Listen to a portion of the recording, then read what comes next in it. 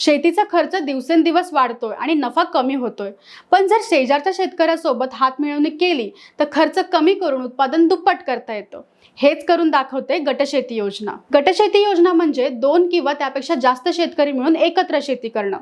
याचा उद्देश आहे की एकत्र येऊन खर्च कमी करणे, आधुनिक साधनांचा वापर वाढवणे आणि जास्त नफा मिळवणे। यात जमीन एकत्र केली जाते, पाणी, बियाणं, खतं, यंत्रसामग्री सर्व शेअर केली जाते। याचे फायदे असे की मोठ्या प्रमाणात बियाणं, खते, औषधं घेतल्याने दर स्वस्त मिळतो।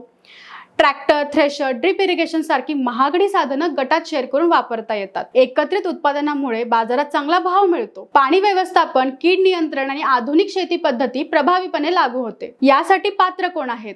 किमान 2 शेतकरी मिळून गट तयार करावा लागतो। प्रत्येक सदस्याच्या नावावर शेतीची जमीन असावी। गटातील सर्व सदस्यांची लिखित संमती आवश्यक आहे। तर यासाठी अर्ज कसा करायचा?